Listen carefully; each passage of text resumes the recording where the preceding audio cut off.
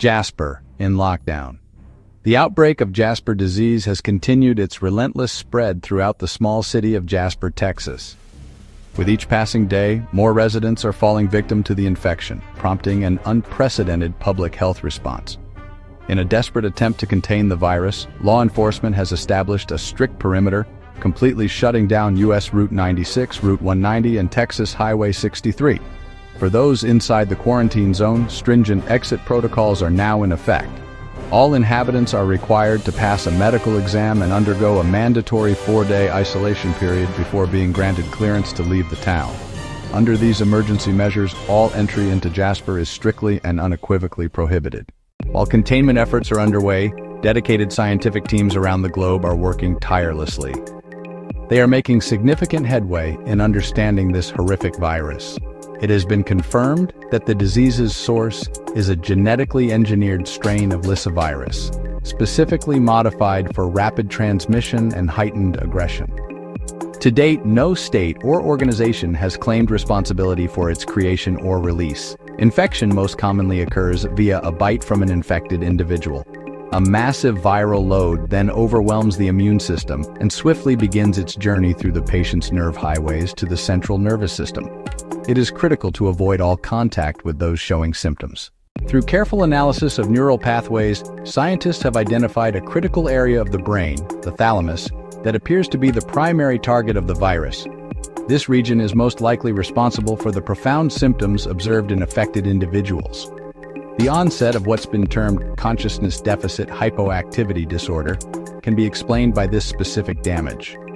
Thalamic disruption can lead to a cascade of effects, including impulsivity, insomnia, anhedonia, amnesia, aphasia, akinesia, psychosis, and both auditory and visual hallucinations. Further research, however, is urgently needed to explain some of the more perplexing symptoms regarding the disintegration of awareness and self. This includes dyschronometria, a distorted sense of time. Understanding these mechanisms remains a key priority. In early 2025, the town of Jasper, Texas, became ground zero for an infection unlike any before, a biomechanical plague spreading through the human brain, transforming thought into hunger and emotion into rage. Scientists called it mortuum immortale pestilentiarum, or the MIP. Early symptoms begin subtlety, with slowed movement, dulled emotion, and a difficulty speaking. But soon, victims descended into violent outbursts and insatiable hunger. Their humanity dissolved as their brains rewire themselves into chaos. At the heart of this transformation lies the amygdala, the brain's emotional center. Normally, the amygdala is controlled by the prefrontal cortex, balancing fear and reason. But in MIP, this control collapses. The prefrontal cortex, responsible for judgment and restraint, dies first, silencing rational thought.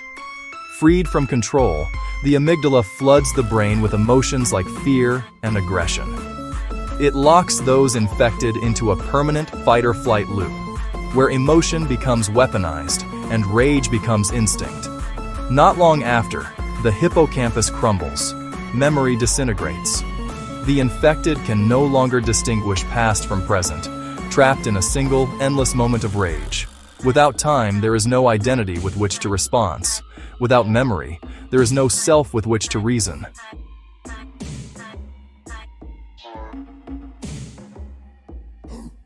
In the end, mortuum immortale pestilentiarum is more than infection.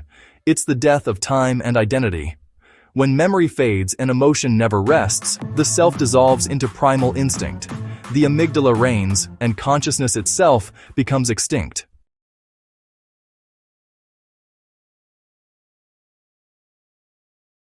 In early 2025, a strange neurological affliction emerged in Jasper, Texas. What began as fatigue and unsteady movement was soon identified as a mutated cordyceps fungus, a strain previously known only to infect insects, now tragically adapted to humans. When inhaled, spores entered the bloodstream and traveled to the brain. There, they targeted key areas for movement: the cerebellum, motor cortex, and basal ganglia, which together control coordination, balance, and voluntary motion. As the fungus damaged neural pathways, infected individuals began moving unpredictably. experiencing loss of coordination, tremors, and muscle stiffness.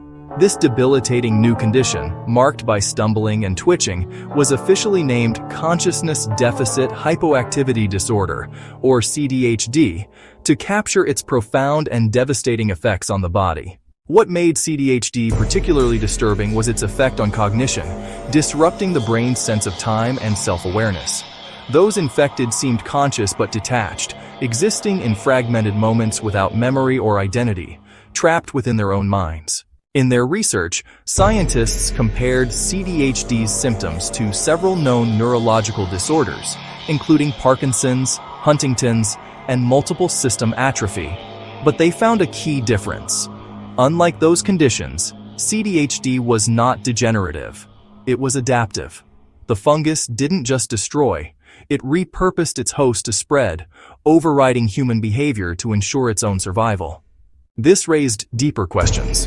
If consciousness can be altered or erased by biology, what does it mean to have a self? The JASPER outbreak serves as a biological warning and a philosophical one, a reminder of how fragile the human mind can be and how easily it can be rewritten.